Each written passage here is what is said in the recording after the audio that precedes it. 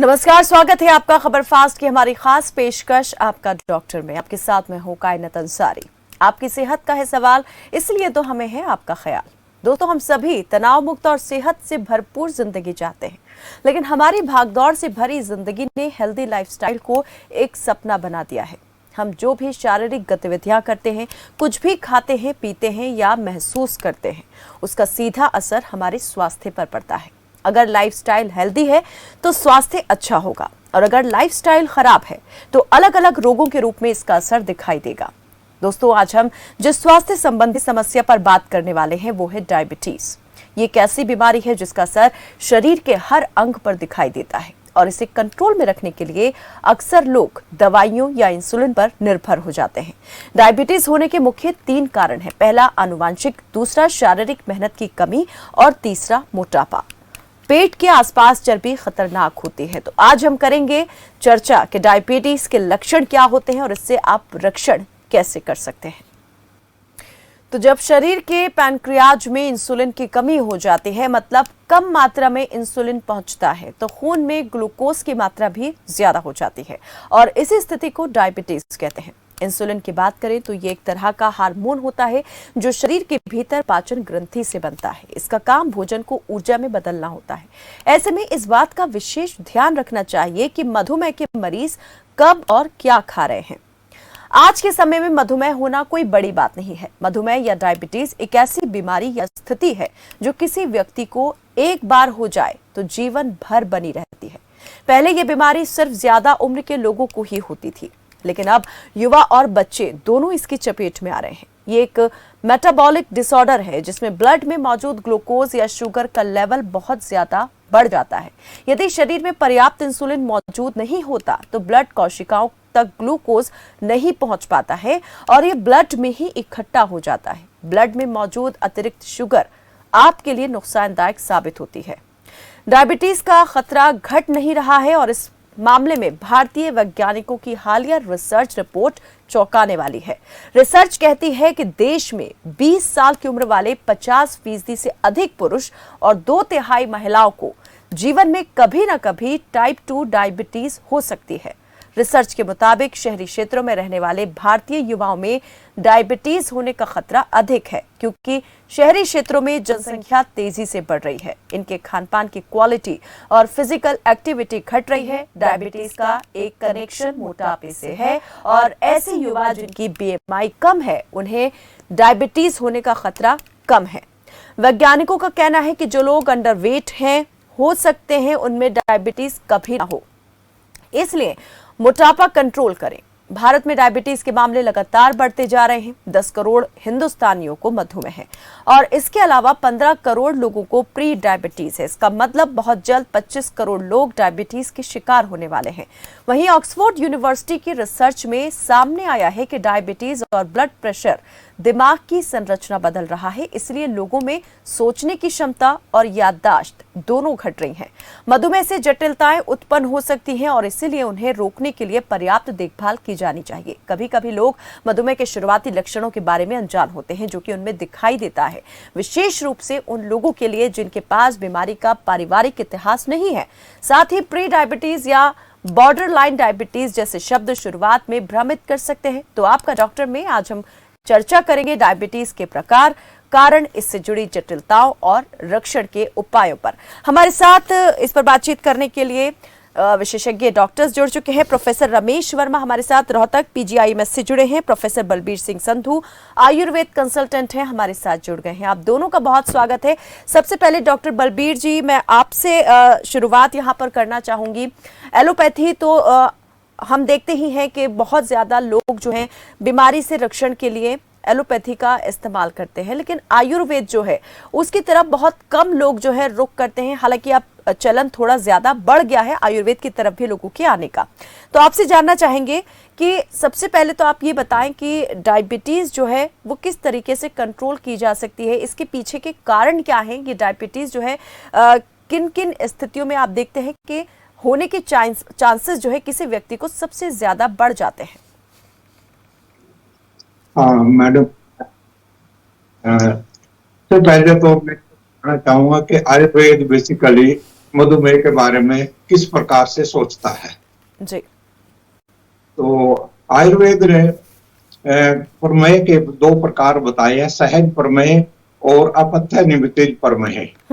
यानी एक सहज प्रमेय का मीन्स जेनेटिक ओरिजिन का जो मधुमेह है उसकी तरफ इशारा किया है, और उसके बारे में स्पष्ट रूप से लिखा कि यह है बीज दोष से यानी कि जेनेटिक्स कारणों से उत्पन्न होता है। दूसरा बताया गया है अपथ्य निमित्तिज, यानी जो हम आजकल का जो मिथ्या आहार विहार है, गलत जो हमारा आहार विहार है, हम तला हुआ भुना हुआ ज्यादा मीठा चिकना या फास्ट फूड खाते हैं, उन कारणों से जो डायबिटीज मेलाइटिस पैदा होता है वो अपथ्य निमित्तिज होता है जी। तो आयुर्वेद के अनुसार इसके कारण क्या हैं? एक तो यही है कि जेनेटिक इसका मुख्य कारण है, आयुर्वेद ये मानता है। दूसरा, किन कारणों से यह बढ़ सकता है वो है आस्य सुखम, यानी बैठे रहना, स्वपन सुखम ज्यादा सोना, दही दूध घी जैसे पदार्थों का ज्यादा सेवन करना, जितनी आपको जरूरत है उससे ज्यादा इन चीजों का सेवन करना। नए अनपान के बारे में भी लिखा है कि इनसे भी डायबिटीज का खतरा बढ़ जाता है। ये एक रिसर्च का विषय है, देखना पड़ेगा कि नए अनपान का ग्लाइसेमिक इंडेक्स संभवतः ज्यादा होता है, इसलिए ऐसा कहा गया है जी। और गुड़ से बने हुए जो भी पदार्थ है, जो भी स्वीट ओरिजिन का है, मीन्स इक्षु रस कहा गया मुख्य रूप से, जो ईख के रस से जो भी पदार्थ बनते हैं, चीनी है, गुड़ है, शक्कर है, मिश्री है, वो सभी डायबिटीज को बढ़ाने वाले होते हैं। इसके अलावा जो भी कोई आपका आहार विहार या चेष्टा जो भी कफ को बढ़ाता है, आयुर्वेद के अनुसार यह कफ प्रधान व्याधि है। तो जो भी कफ को बढ़ाने वाली चीजें, वो खाने की चीजें वो हो सकती है, कोई भारी चीज है, तली हुई चीज है, मीठी है, चिकनी चीजें हैं, और चेष्टाएं वो हो सकता है कि आप खाते तो ज्यादा है लेकिन एक्सरसाइज नहीं करते, व्यायाम नहीं करते और पूरी सैर नहीं करते, तो इन कारणों से कफ बढ़ जाता है। कफ के साथ साथ मेद बढ़ता है और उससे मधुमेह शरीर में उत्पन्न हो जाता है। मेरा कहने का भाव यह है कि जो मॉडर्न साइंस कहती है डायबिटीज के कारणों के बारे में, वही जो कहते हो आयुर्वेद भी कहता है। ठीक है, आयुर्वेद किस तरीके से डायबिटीज को देखता है और इसके पीछे के कारण आपने बता भी दिए काफी अच्छे तरीके से। हम अब रुक करेंगे प्रोफेसर रमेश वर्मा का। डॉक्टर, जिस तरीके से हमने यहाँ शुरुआत में ही बताया प्रोग्राम की कि 2 प्रकार के डायबिटीज होती है, टाइप 1 टाइप 2, ये हम कई बार पढ़ भी चुके हैं इस बारे में और सुन भी चुके हैं, लेकिन कई बार जो है इनकी दोनों के जो प्रकार है किसमें सबसे ज्यादा जोखिम है और किसमें किस प्रकार के लक्षण दिखाई देना शुरू हो जाते हैं, इसमें जो है कंफ्यूजन की स्थिति बन जाती है। तो मैं आपसे ये जानना चाहूंगी कि जो टाइप 1 है डायबिटीज, उसके लक्षण किस प्रकार के हैं और उसके पीछे के कारण क्या हैं, और जो टाइप 2 डायबिटीज है उसकी अपनी क्या जटिलताएं हैं। थैंक यू मैडम, आपने मेरे को इनवाइट किया इस प्रोग्राम के अंदर। सबसे पहले मैं आपको अपने इंडिया के बारे में बताऊंगा कि कितने लोग डायबिटिक्स से ग्रस्त हैं जी। ICMR का सर्वे हुआ था 2019 के अंदर, उसके अंदर 77 मिलियन जो लोग थे वो डायबिटीज के अंदर थे, तो उनको डायबिटीज हो चुकी थी। और आज 2023 है, ICMR कहता है कि 100 मिलियन मीन्स 10 करोड़ लोग जो हैं वो डायबिटिक के शिकार हैं आज के दिन हमारी कंट्री में, और 137 मिलियन वो प्री डायबिटिक हैं। उनको चांस है कि आने वाले टाइम में डायबिटीज हो जाए। अगर इसी तरह से हमारा कंट्री चलता रहा तो आने वाले टाइम में 2045 में ये माना जा रहा है कि सबसे ज्यादा जो केस होंगे डायबिटीज के वो इंडिया के अंदर होंगे। देखो, ये बहुत चौंकाने वाला फिगर है, इससे हमें जरूर कंट्रोल करना पड़ेगा, क्योंकि डायबिटीज अगर किसी पेशेंट, किसी आदमी को अगर किसी पर्सन जिस तरीके से आपने यहाँ पर रिपोर्ट का जिक्र किया और 2045 की आपने बात की, 2045 में देश को कहां से कहां ले जाने का सपना जो है हमारे राजनेता देख रहे हैं, लेकिन अगर इतनी बड़ी संख्या में पेशेंट यहाँ पर सामने आएंगे और अलग इसकी किस प्रकार की जटिलताएं होती हैं वो हम समझ ही रहे हैं यहाँ पर इस बीमारी के बारे में, तो कितना ज्यादा खतरनाक ये हो सकता है, कितना डेंजरस ये साबित हो सकता है। तो आपसे मैं यही डॉक्टर जानना चाहूंगी, जैसे आपने यहाँ जिक्र किया कि संख्या तेजी से दिन प्रतिदिन बढ़ती जा रही है, क्या कारण है इसके पीछे? क्योंकि हम लोग ये देख रहे हैं as a preventive medicine person, क्योंकि मैं पब्लिक हेल्थ स्पेशलिस्ट भी हूँ, तो हम ये लोग देख रहे हैं कि बेसिकली जो हमारा सेडेंटरी लाइफ है, जो हम लोग हार्ड वर्क नहीं कर रहे या मॉडरेट वर्क नहीं कर रहे, या हमारा जो खाने का स्टाइल है, जो डाइटरी हैबिट है, वो काफी चेंज हो गई है जी। आने वाले टाइम में लोग फास्ट फूड की तरफ ज्यादा जा रहे हैं, खाना ज्यादा खा रहे हैं, काम कम कर रहे हैं। ये सबसे बड़ा कारण हमारी कंट्री में देखा गया है। और दूसरा है मेंटल स्ट्रेस। मेंटल स्ट्रेस हमारी कंट्री में ज्यादा है, तो उसका भी एक कारण है। लैक ऑफ एक्सरसाइज, लोग घूमने मॉर्निंग वॉक या इवनिंग वॉक नहीं जा रहे, लोग सेडेंटरी लाइफ जी रहे हैं। अल्कोहल, स्मोकिंग एक थोड़ा सा कारण मैं मानता हूं कि जीन्स एक फैक्टर है, लेकिन जीन्स एक ही फैक्टर है, बाकी बहुत सारे फैक्टर है विच लीड्स टू डायबिटीज। सारे जो फैक्टर हैं एक्सेप्ट जीन्स वो प्रिवेंटेबल है। अगर हम आज अगर ध्यान दे दें, चाहे कोई भी हो, चाहे मेल हो चाहे फीमेल हो, आने वाले टाइम में हम डायबिटीज से बच सकते हैं। अब बचे कैसे? सबसे बड़ा कारण है कि हम बचे कैसे। बचने के 2-3 तरीके अगर हम फॉलो कर लें हमारी कंट्री में, तो मुझे लगता है कि आने वाले टाइम में जो डाइटरी हैबिट, अगर हम, क्योंकि हमारी जो इंडियन स्टाइल है खाने का, वो गेहूं और राइस है। गेहूं और राइस जो है वो काफी हाई ग्लाइसेमिक इंडेक्स है, इनमें कार्बोहाइड्रेट या ग्लूकोज की मात्रा बहुत ज्यादा होती है। अगर हम ये लोग खाते हैं तो बॉडी के अंदर जो होता है वो ग्लूकोज का लेवल बहुत ज्यादा बढ़ जाता है, और बॉडी जो से जो इंसुलिन निकलता है वो उसको पूरा कम कर नहीं पाती, नॉर्मल लेवल नहीं पाती। जो बॉडी के अंदर ग्लूकोज लेवल फॉर एग्जांपल 180 हो गया है, अगर उसको 110 करना बाय द इंसुलिन, वो नहीं कर पाती, वो 150 या 160 कर पाती है। जो 30-40 मिलीग्राम शुगर बढ़ गया है बॉडी के अंदर, वो आपको आने वाले टाइम में डायबिटीज कर देगा और वो आपकी बॉडी में जमना शुरू हो जाएगा। अब सबसे बड़ा कारण हम कहें खाएं क्या, खाने के अंदर मैं तो कहूंगा गेहूं और राइस, क्योंकि इनको नेगेटिव मिलेट्स माना गया है, इनको कम से कम सेवन करें। एक मोटा अनाज आजकल हमारी कंट्री में हम लोग ध्यान दे रहे हैं, क्योंकि इस साल ही 2023 को हमने international year of the millets बोला है जी। हमारी कंट्री या हमारे जो गवर्नमेंट ऑफ इंडिया के लोग हैं, वो ये लोग कह रहे हैं कि आप मोटा अनाज खाएं। मोटा अनाज खाने की वजह से ग्लूकोज की जो मात्रा है बॉडी के अंदर बहुत कम रेज होगी, और जितनी भी रेज होगी, इंसुलिन जितनी बॉडी से निकलेगी उस ग्लूकोज के लेवल को कम कर देगी। ठीक है। सेकेंड, आप मॉर्निंग वॉक या इवनिंग वॉक या जॉगिंग या साइकिलिंग या स्टैटिक साइकिलिंग जरूर करें। मीठा कम से कम खाएं और मेंटल स्ट्रेस कम से कम रखें। योगा करें, मेडिटेशन करें, सो दैट आपकी मेंटल स्ट्रेस जो है काफी हद तक कम हो। ठीक है प्रोफेसर, में जैसे आपने कहा कि अपने डाइट में मोटे अनाज को शामिल करें और जितना हो सके उतना अनाज गेहूं के सेवन से और चावल ज्यादा खाने से आपको परहेज करना चाहिए। चावल और गेहूं कम खाने। ठीक है, और मुझे लगता है कि ये इस बात का ध्यान सबसे ज्यादा रात के खाने में हमको रखना चाहिए, क्योंकि उस वक्त बहुत कम होता है कि कोई बाहर टहलने के लिए जाए या फिर एक्सरसाइज कर सके। उस टाइम बॉडी जो है रेस्टिंग मोड पर ज्यादा रहती है, और अधिकतर लोग जो है खाना खाने के बाद सीधा सोने चले जाते हैं आधे से 1 घंटे बाद में। तो उस वक्त क्या खाना चाहिए, क्या ज्यादा फ्रूटफुल रह सकता है और इन तमाम तरह की समस्याओं से बचा जा सकता है? बिल्कुल आपकी बात ठीक है, ब्रेकफास्ट करें, लंच करें, लेकिन रात का जो खाना है वो खाना है तो 7 और 8 के बीच में खा। ठीक है। खाने के बाद तुरंत ना सोएं।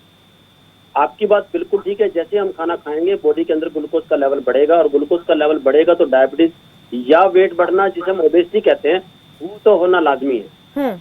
अब रात को खाने के लिए मैं 5 मिनट बताता हूँ, उसको पॉजिटिव मिनट्स माने गए हैं, हमारी कंट्री में अवेलेबल हैं। जितने भी मिलेट्स हैं, हर किसी मिलेट के अंदर कुछ ना कुछ विटामिन, मिनरल, कार्बोहाइड्रेट सब कुछ है, लेकिन उसमें ये दीज मिलेट जो मोटा अनाज कह रहे हैं, उनको हाई ग्लाइसेमिक इंडेक्स में, लो ग्लाइसेमिक इंडेक्स में माना गया है। उसका मतलब ये है कि बॉडी में जाने के बाद ये जो मोटा अनाज है आपके ग्लूकोज के लेवल को नहीं रेज करे। तो मैं आपको हिंदी में जरूर नाम बताऊंगा, तो आपके जो व्यूअर्स जो सुन रहे हैं जी, वो 5 मिनट जो है अगर हो सके तो लिख लें, रात को जरूर सेवन करें। एक चीज और मैं अपने व्यूअर्स को बताऊंगा, क्योंकि मिलेट्स जो हैं वो काफी कॉस्टली हैं। फॉर एग्जांपल मैं आपको कहता हूँ, अगर व्हीट या राइस आपका 30 से 40 रुपए किलो है, तो मिलेट्स आपका 120 रुपए kilo. Okay, if you are, अगर आप चपाती 3 खाते हैं, बहुत एक्सपेंसिव है, या 4 चपाती खाते हैं व्हीट या राइस की, तो वो हो सकता है मिलेट्स की आप 1 चपाती खाएं, तो वो आपकी कॉस्ट बराबर बढ़ जाएगी। अच्छा, यानी कि वो इतना ज्यादा नहीं खाया जाएगा, ये थोड़ा खाने में ही आपका पेट जो है भर जाएगा। नो डाउट, वो आपके लो मात्रा में खाया जाएगा, और वो जिसका रेट है वो आपको बराबर पड़ेगा। ठीक है। तो सबसे पहला मैं जो मिलेट का नाम है फॉक्सटेल मिलेट कहते हैं, कांगनी, हिंदी में उसको हम कांगनी बोलेंगे। ठीक है। सेकंड है ब्राउन टॉप मिलेट, उसको छोटी कांगनी बोलते हैं। उडो मिलेट, कोदरा मिलेट उसका हिंदी में नाम है। बर्नियार्ड मिलेट, जंगोरा मिलेट उसको हिंदी में बोलते हैं। और लिटिल मिलेट को हम कुटकी बोलते हैं। इसका मैं अगर निमोनिक बनाऊंगा तो BKLF, BF, BKLF, BF, तो 5 ही मिलेट को हम पॉजिटिव मिलेट माने गए हैं। अगर इसका मिलेट का सेवन आप डेली करें, रात को खासकर, मैं ये नहीं कहता कि आप मिलेट डेली एक ही मिलेट खाएं, ये 5 मिलेट खाएं, चेंज कर करके खाएं। एक दिन में 1 मिनट खा लें, सेकंड डे सेकंड मिनट खा लें, थर्ड डे थर्ड मिनट खाएं। लेकिन ये मिलेट खाने की वजह से नो डाउट आपको डायबिटीज भी नहीं होगी, आपको ओबेसिटी भी नहीं होगी, आपको हार्ट डिजीज भी नहीं होगी, आपको मेंटल स्ट्रेस कम से कम होगा। Because this millets they contain some of the neuro hormones, you can say like this, कि वो आपके ब्रेन की जो स्टिमुलेशन को बढ़ा देंगे, आपको स्ट्रेस कम लाने देंगे।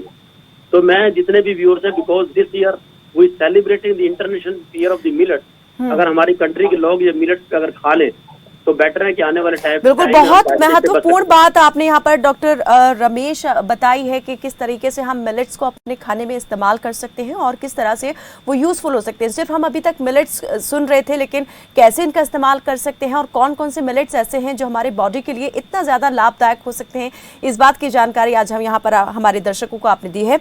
प्रोफेसर बलबीर, मैं आपसे ये जानना चाहूँगी कि जिस तरीके से डॉक्टर रमेश ने बताया कि जो इंसुलिन है वो किस तरीके से हमारे लिए घातक साबित हो सकता है। जैसे मैंने जिक्र किया था, टाइप 1 टाइप 2 डायबिटीज होती है। एक में बॉडी में इंसुलिन की मात्रा जो है अधिक बनती है, बहुत ज़्यादा बनता है। दूसरा जो प्रकार है डायबिटीज़ का, उसमें बॉडी का इंसुलिन जो है वो बनना कम हो जाता है या फिर ख़त्म ही हो जाता है।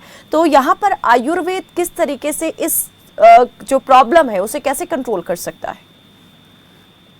जो आपने इंसुलिन का मैटर उठाया, टाइप 1 जो डायबिटीज होती है उसमें इंसुलिन की मात्रा एब्सोल्युटली घट जाती है जी। और जो टाइप 2 डायबिटीज होती है उसमें इंसुलिन की मात्रा या तो नॉर्मल रहती है या कई बार नॉर्मल से भी ज्यादा रहती है।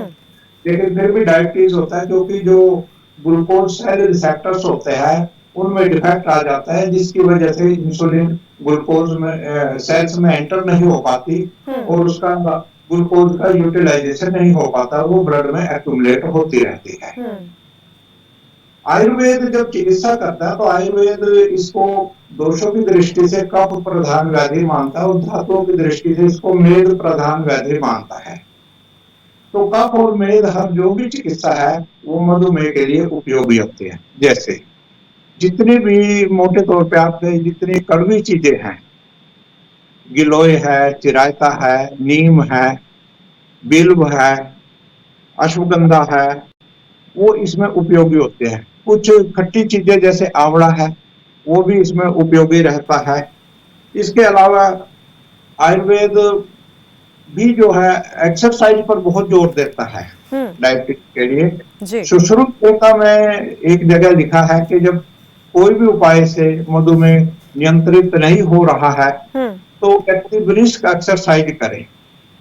उस समय के हिसाब से ब्रिस्क एक्सरसाइज के रूप में क्या सजेस्ट किया उन्होंने कि जैसे गाय चराने का काम हाथ में ले ले जी। तो चरवाहे गाय चराते हैं, उनकी दिन भर एक्सरसाइज होती रहती है और उनको अगर डायबिटीज का लेवल ज्यादा है तो वो घट जाएगा, नियंत्रित हो जाएगा। या पुराने समय में कुएं खोदने का जो कार्य होता था उसमें बहुत एनर्जी लगती थी, बहुत एक्सरसाइज होती थी, वो उन्होंने सजेस्ट किया। उसका अर्थ यही है कि आप you should adopt to brisk exercises. तो आयुर्वेद इस प्रकार से इसको देखता है। इसके अलावा आयुर्वेद परहेज पर ध्यान देता है। जितना भी मीठा है, चिकना है, तला हुआ है, घी है, दूध है, गुड़ है, इसका युक्त सेवन करें, सोच समझ कर सेवन करें। यानी जितनी आप एक्सरसाइज करते हैं उतना ही घी का सेवन करें, उसी हिसाब से दूध का सेवन करें। जैसे दूध का सेवन करना है तो डिपेंड करता है कि दूध को उबाल कर अच्छी तरह से उसकी मलाई जमने दे। जब मलाई जम जाए उस पर उसको अलग कर दें, फिर आप उस दूध का सेवन डायबिटीज के लिए होते हुए भी कर सकते हैं। आपको नुकसान नहीं देगा, फायदा ही देगा।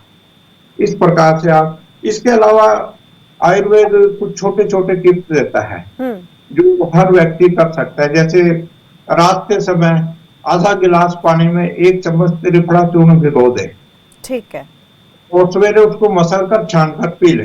ये रूटीन में एक्सरसाइज किया जा सकता है, कोई दिक्कत नहीं देता है, इस प्रकार का हो सकता है। अच्छा, एक जो मोटे अनाजों की बात डॉक्टर साहब ने की है, आयुर्वेद ऑलरेडी उस बात को करता है। आयुर्वेद में कोदो अन्न, जौ, बाजरा, इनका और शामक चावल, इनका जिक्र डायबिटिक पेशेंट के लिए दिया गया है। और एक आयुर्वेद और चीज बताता है कि जो छोंकने और तड़कने के लिए, भोजन को संस्कारित करने के लिए कुकिंग मीडियम भी सजेस्ट करता है आयुर्वेद। वैसे तो बहुत सारे उसमें सजेस्ट किए गए हैं, लेकिन मोस्ट कॉमन सरसों का तेल वहां पर सजेस्ट किया गया है। ठीक है, यानी खाना बनाए तो सरसों के तेल में ही बनाकर खाएं, सरसों के तेल में प्रेफर करें, ये आयुर्वेद स्पेसिफिकली बताता है। और एक आयुर्वेद साथ में यह भी बताता है कि जौ और मूंग इसका और आंवला, इसका प्रयोग यथासंभव नित्य प्रति डेली करना चाहिए। मतलब डेली बेसिस पर कर सकते हैं, कितनी मात्रा में लेना चाहिए, मिक्स करके इनको लेना चाहिए और कैसे ले सकते हैं, जरा ये भी बताएं। हाँ, ये बहुत अच्छा महत्वपूर्ण प्रश्न है। जैसे मोटे अनाजों के साथ एक दिक्कत आती है कि उनकी रोटी बनाना बड़ा डिफिकल्ट होता है, तो मैं सजेस्ट करता हूं कि जैसे गेहूं के अंदर 25% से लेकर 40% तक आप मोटा अनाज मिला सकते हैं। ठीक है, तो आटा मिलाएंगे तो वो आराम से वो रोटी बन जाएगी और वो फायदेमंद भी रहेगी। इस प्रकार से मैं सजेस्ट करता हूँ। रही बात आंवला की, आंवला का डेली 1 चम्मच आप चूर्ण का किसी भी समय पानी से ले सकते हैं। आंवला चूर्ण ले सकते हैं, या जो मार्केट में अवेलेबल होती हैं आंवला कैंडी, वो भी यहाँ पर सेवन उनका किया जा सकता है? रिकमेंड नहीं करूंगा मैडम, क्योंकि चूर्ण ज्यादा बेनिफिशियल रहेगा। कैंडी के बारे में डाउट है, उसमें प्रिजर्वेटिव्स मिलाए गए हैं या नहीं मिलाए गए हैं, और फिर ताजा और पुराने में फर्क तो रहता है। ठीक है, चलिए प्रोफेसर, जल्दी से हम यहाँ पर कुछ दर्शकों के सवालों को भी ले लेते हैं, उनकी तरफ से भी कई सवाल यहाँ पर हमारे पास आए हैं। एक दर्शक हैं दिल्ली से, काजल, उनका सवाल है कि शुगर लेवल फ्लक्चुएट होने पर पीरियड साइकिल पर असर पड़ता है, इसे कैसे कंट्रोल कर सकते हैं? मैं चाहूंगी आप दोनों ही एक्सपर्ट जो है एक एक करके सवाल का जवाब दें। प्रोफेसर बलबीर, आपसे पहले शुरुआत। एक्चुअली स्ट्रेस की वजह से ऐसा हो सकता है, और मुख्य कारण इसका डायबिटीज लेवल फ्लक्चुएट होना ही है। तो रिकमेंडेड यही है कि वो डायबिटीज लेवल को अपने कंट्रोल करें, प्रॉपर डाइट लें, प्रॉपर एक्सरसाइज करें, प्रॉपर दवा लें डॉक्टर की सलाह से, और तनाव से बचें। ठीक है जी। डॉक्टर रमेश, आप क्या कहेंगे, कैसे ये अगर इस प्रॉब्लम से जूझ रही हैं, डायबिटिक हैं और कहती हैं कि जब भी फ्लक्चुएट करता है शुगर लेवल तो जो पीरियड साइकिल है उसमें प्रॉब्लम होती है?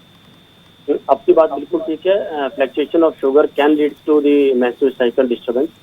तो सबसे पहले जो भी पेशेंट आपके क्वेश्चन है उनको शुगर लेवल अपना मेंटेन करके रखना चाहिए। डेली अपना मॉनिटरिंग करें शुगर की। टैबलेट ले रहे हैं तो टाइम से टैबलेट खाएं, अगर इंसुलिन लगा रहे हैं तो टाइम से इंसुलिन लगाएं। हो सके तो 1 महीना अगर हो सके तो शुगर अपना डेली चेक करें, सो दैट हमें पता लगेगा कि वो शुगर की वजह से इरेगुलरिटीज हैं या आपके पीरियड्स को यूट्रस के अंदर कोई प्रॉब्लम है या हार्मोनल कोई प्रॉब्लम है। अगर आपको लगता है कि शुगर की प्रॉब्लम है तो अपने शुगर को लेवल को नॉर्मल रखें। अगर आपको लगता है नहीं, फिर भी मेरे ठीक नहीं हो रहे, तो आप गायनी के डॉक्टर को जरूर दिखाएं, सो दैट आप उनसे ठीक ट्रीटमेंट ले सकें। ठीक है, एक और दर्शक देहरादून से अभिषेक, जिनका सवाल है कि अगर उनका शुगर लेवल जैसे कई बार 400 तक पहुंच जाता है, 400 का लेवल भी क्रॉस कर जाता है, तो क्या ये खतरनाक है? मैं तो ये कहूंगा कि 400 तो खैर हाई शुगर माना गया है। नॉर्मली जो शुगर है मोर देन 125 फास्टिंग, खाली पेट जो है 125 से अगर शुगर किसी का भी ऊपर है जी, तो वो उसको हम ज्यादा मानते हैं और वो शुगर जमना शुरू हो जाता है। एक हम ग्लाइकोसेटेड हीमोग्लोबिन बोलते हैं, HbA1c3 मिलने का शुगर बोलते हैं, that should be in between 5.7 to 6.5। अगर 6 मोर देन 6.5 है तो नो डाउट आपको इंसुलिन या टैबलेट जो भी आपका डॉक्टर प्रिस्क्राइब कर वो आपको लेना चाहिए। अब रही 400 शुगर, 400 शुगर कभी भी ऐसे नहीं होते कि अपने आप हो जाए। या तो आप डाइटरी हैबिट आपकी ठीक नहीं है, या आपका लाइफस्टाइल ठीक नहीं है, या आप स्ट्रेस लेते हैं, या अल्कोहल स्मोकिंग का सेवन कर रहे हैं, या रेगुलर ट्रीटमेंट नहीं ले रहे हैं। अगर आपका 400 शुगर रहता है तो मेरी ये रिक्वेस्ट है, आप ट्रीटमेंट लीजिए। ऐसा नहीं हो सकता कि ट्रीटमेंट से आपका शुगर नीचे ना हो, चाहे इंसुलिन हो चाहे टैबलेट हो। मैं एक चीज और दर्शकों को बताना चाहूंगा कि टाइप 1 और टाइप 2 में फर्क क्या है जी। टाइप 1 को हम IDDM बोलते हैं, इंसुलिन डिपेंडेंट डायबिटिक मेलाइटस। वो 40 साल से यूजुअली 40 साल से नीचे वाले लोगों को होती है। वो जिनके पेरेंट्स को शुगर है शायद उन्हीं बच्चों को ज्यादा होगी, उनको इंसुलिन चाहिए। लेकिन more than 40 years non insulin diabetic mellitus होता है, उनको इंसुलिन की रिक्वायरमेंट नहीं होती। वो बेसिकली सेडेंटरी लाइफ, जैसे मैंने बोला, सेडेंटरी लाइफ, डाइटरी हैबिट और मेंटल स्ट्रेस और जो अल्कोहल और स्मोकिंग का जो सेवन किया वो काफी कारण होते हैं। तो दोनों के अंदर यही फर्क है, more than 40 years below insulin dependent हो जाता है और more than 40 non insulin dependent होता है।